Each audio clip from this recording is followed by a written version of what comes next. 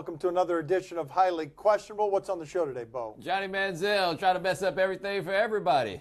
Vamos, papi. Did yesterday's win convince you that the Warriors are better than the Spurs? There's not a lot of difference between those two teams when you look at their records, when you look at all the stats, the point differential, and the Spurs lost at home for the first time this season. But again, they showed you that they can actually slow down the Warriors. Here's what I'm looking forward to seeing, Bomani. I'm looking forward to seeing a Game 7. The Warriors haven't been in one of those where the Spurs have absolutely nothing to lose in terms of reputation because we all know they're great. And if they lose to the Warriors, it's kind of what we're expecting. And the Warriors have to win to preserve their legacy. I'm looking forward to that. Well, the weird thing about that game is it can't tell you but so much about what the playoffs are going to look like between these two teams because of all people, Boris Diaw wasn't playing. Like, not even the Tim Duncan part. When they get to a 7-game series, I don't know how much Tim Duncan's actually going to play. Boris Diaw was the one who gives them a certain measure of flexibility. And one thing that you saw in that game, even with the Spurs losing, the Warriors don't have answers for LaMarcus Aldridge. Like, this will be a compelling series matchup. So are the Warriors better right now and in this regular season? Yes. How much is that going to matter in about a month or so if they play in the playoffs? I got no idea.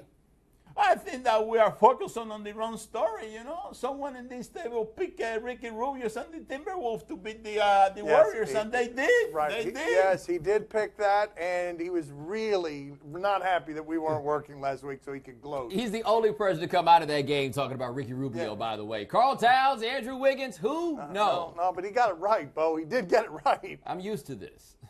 I'm back, baby. I'm hotter than ever now. Yes, after going 0-16 in March Madness, he's back.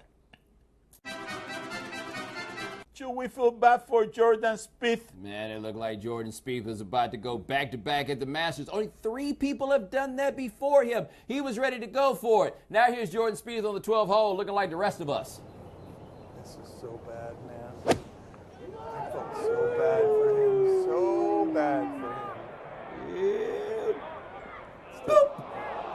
That's the worst there. There was room for hope there, but hey, oh wow, I think that's a choking sound there. Okay, took his drop. Let me try this one more. Yeah.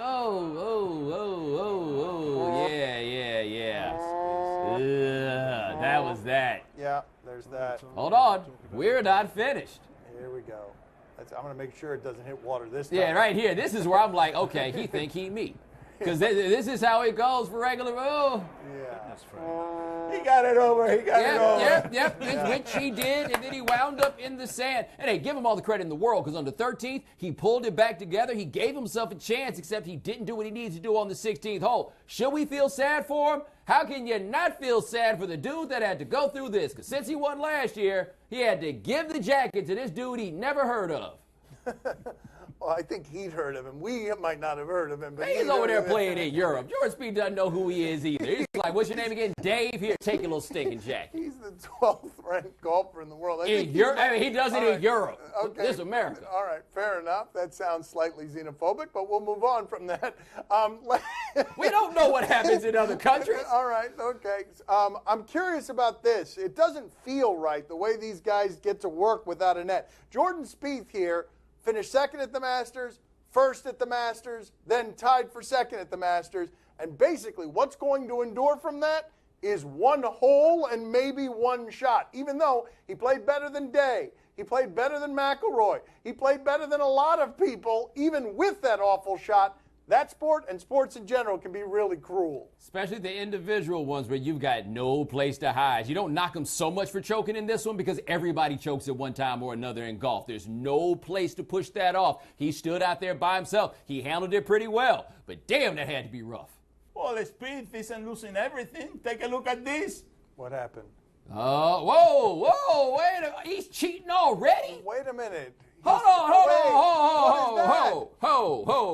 I lost every bit of respect that I ever had for him there. You can't cheat in your early 20s. Wow. You can't trust This is journalism we just did there. This is an investigation we just did there. Are we breaking that story? Is that our story? He went off and got a weave. Did Bruce Arians' apology make up for saying football is being attacked by scared moms? We might want to stop asking these football lifers and all these people who have invested everything they know in football what they think about football, because they're always going to defend football and they're going to sound like this sometime. We feel like this is our sport. It's being attacked. And we got to stop it at the grassroots. All right, it's the best game that's ever been invented. All right, and we got to make sure that moms get the message. All right, because that's who's afraid of our game right now. It's not dads, it's moms. And our job is to make sure the game is safe at all levels. I can't tell if you talk about football or he started to start like a militia. This is a strange thing that's happening there. He's apologized for it. It was kind of a tepid apology. It felt like an apology that was coming because he was told he had to apologize when that's how he sincerely feels. But you've got a situation here where if brain injuries are not something that is scaring these guys, if they feel the need to overzealously protect their livelihoods, their identities, the way they are, if that doesn't change your mind, it doesn't create at least a little bit of a fallback position, what exactly would? Yeah, the thing is, the decisions on playing football are being made earlier and earlier because to get to that high level, it seems you got to start doing this earlier and earlier because there's so much money in youth development in sports.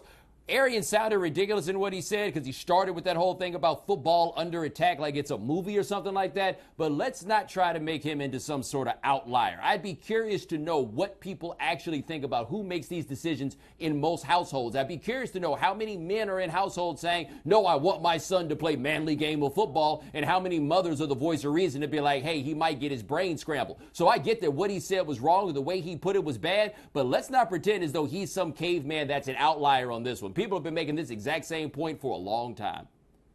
You know what else is under attack? His belt. Yeah. Oh, wow. Yeah. Wow, what a great joke by Poppy there. We all noticed that he was the only one with the onions to say something.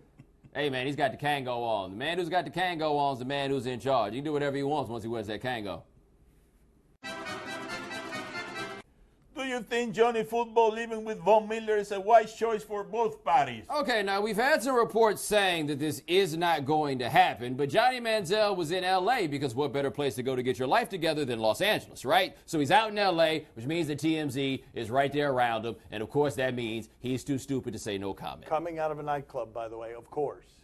There you go. Super Bowl MVP, Von Miller, my brother. I'm living with him right now. Yeah. We're getting our life together. So you might go in the Broncos, perhaps. Listen, here, you can hold it. Okay. You can hold it.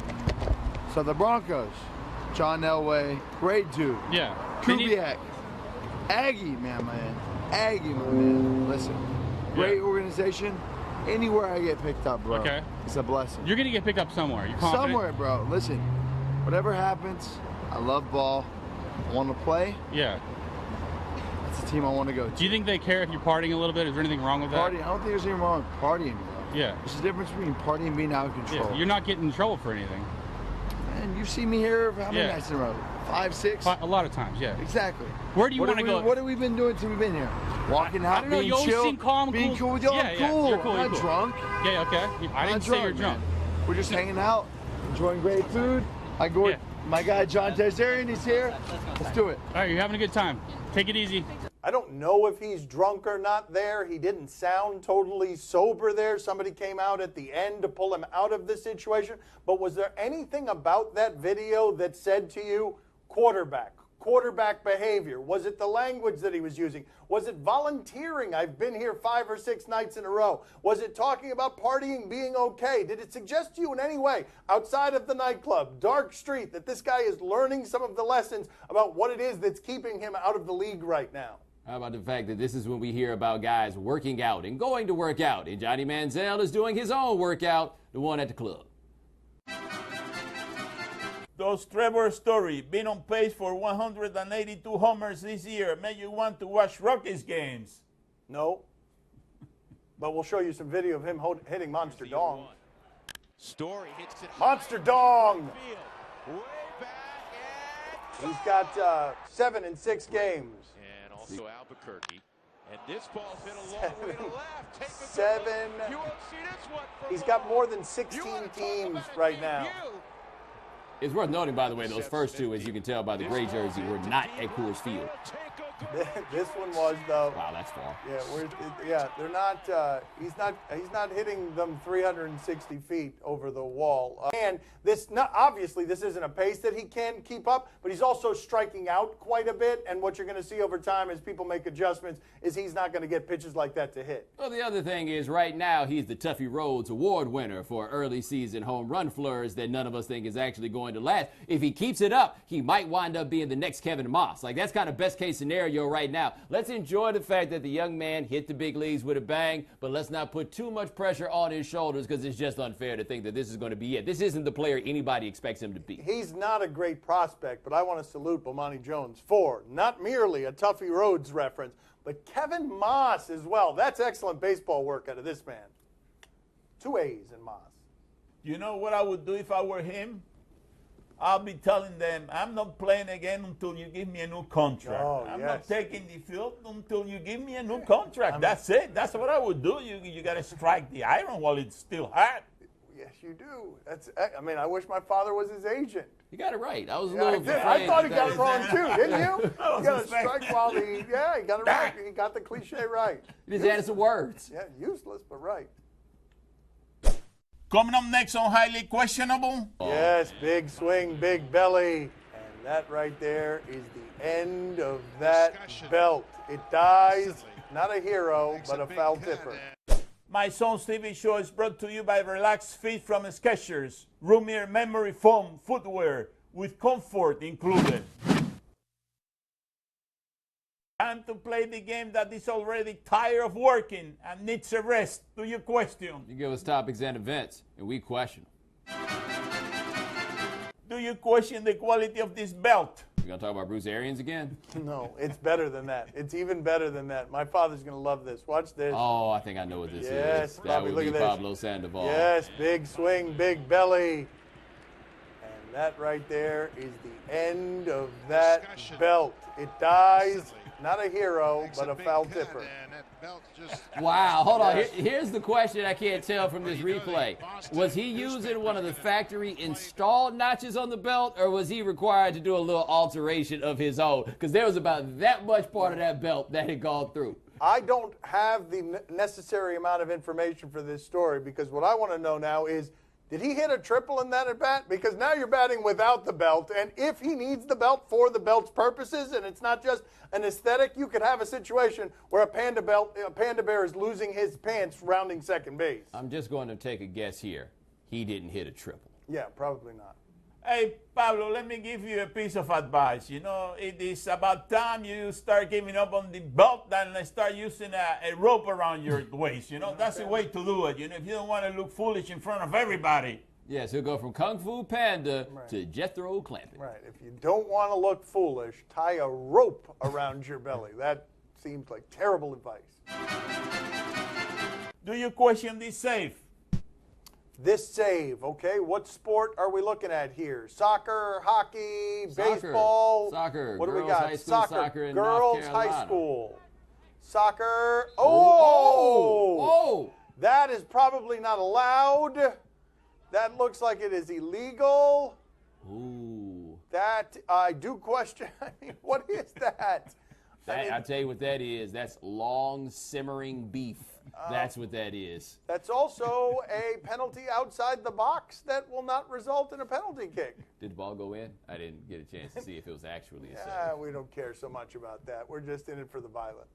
You know that goalie, she should not be allowed to play soccer anymore. She should play lacrosse. Oh, you've got another video. That's my father going to his endless library of videos. That's right. Yes, there it is. I forgot about the end-of-level boss coming out looking like the Shredder. That transformer playing lacrosse. Do you question Leo's stealthiness? All right, we're going out to an Islanders game. I think they made the playoffs, which I'm not sure they've done since like the days at Turgeon. Playing against the Panthers. Is Leo an animal? Is Leo a person?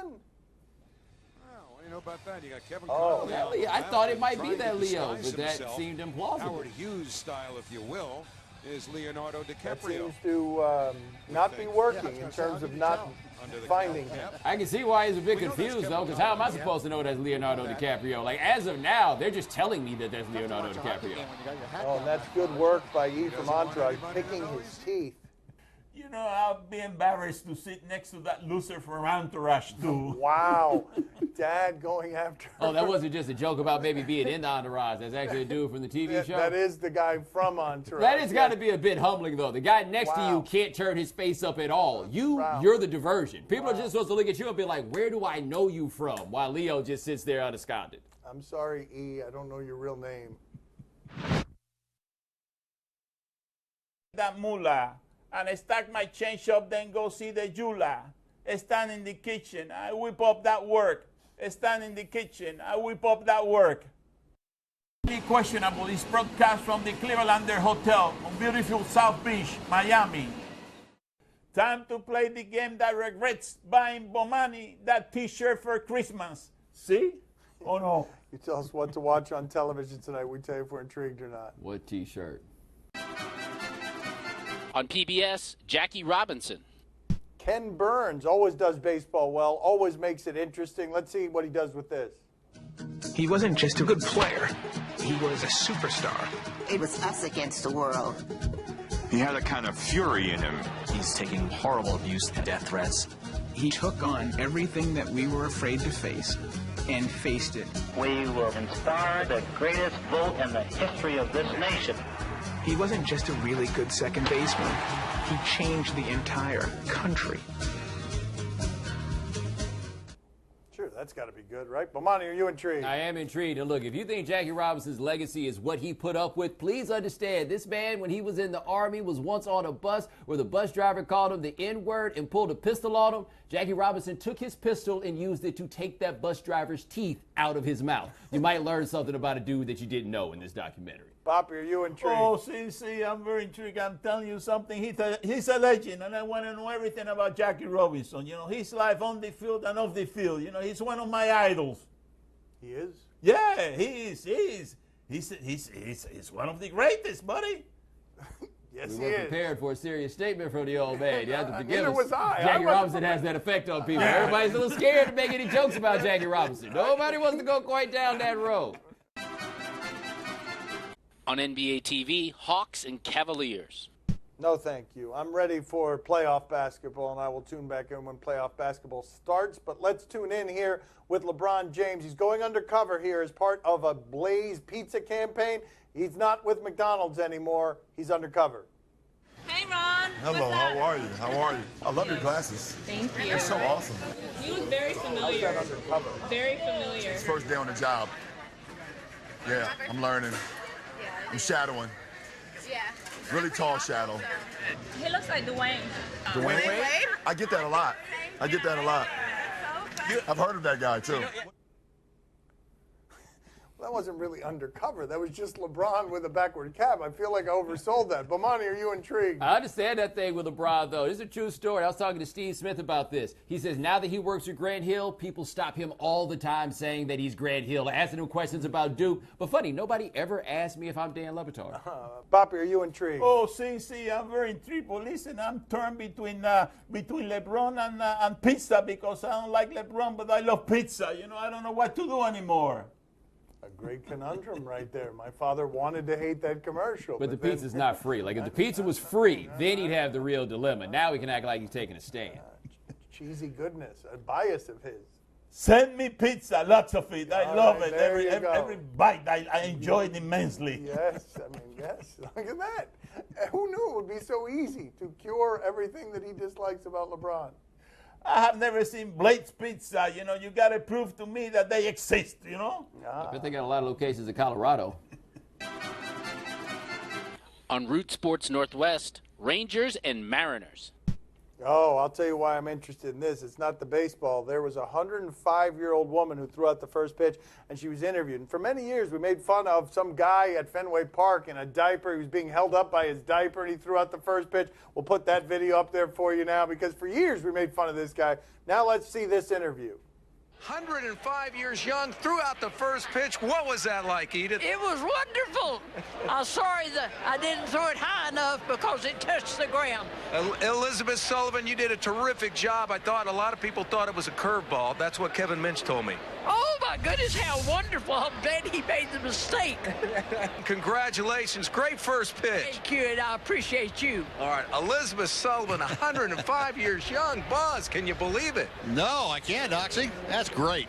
Oh, by the way, they said the secret to your longevity because why? What do you drink each day? I drink 3 Dr. Peppers a day. Everybody says it has too much sugar. But so far, it's kept me alive. There we go. Thank you very much, Elizabeth. Thanks, Buzz. Elizabeth told me one day that her doctors told her that the soft drink had too much sugar, and she said, well, you know, the funny thing is they're all dead and I'm still alive. She's delightful. By the way, the way she got out there is just how Axl Rose got out there for the Guns N' Roses concert that was in Las Vegas this week. Bomani, are you intrigued? Just so you know this, her saying that she drinks 3 Dr. Peppers a day, the only way that could have been more Texas is if she capped it off by bucking some shots in the sky. Poppy, are you intrigued? Oh, see, I'm very intrigued. She's 105. Are you happy now? Wait until you hit the 110. Then you'll see. Later today, Flossie's family is going to be coming out here to throw you a big birthday party. Are you excited for your party? Not one bit. What would you would rather be taking a nap, huh? That's all the time we have for today. Thank you for watching. Back tomorrow at the same time. Thanks for watching. Gracias. See you mañana. You know, I really missed you guys last week. Really? Yeah. I'm only joking. I'm only kidding. I saw you hold your stomach. If you would have fell out this chair, you'd be glad we was here.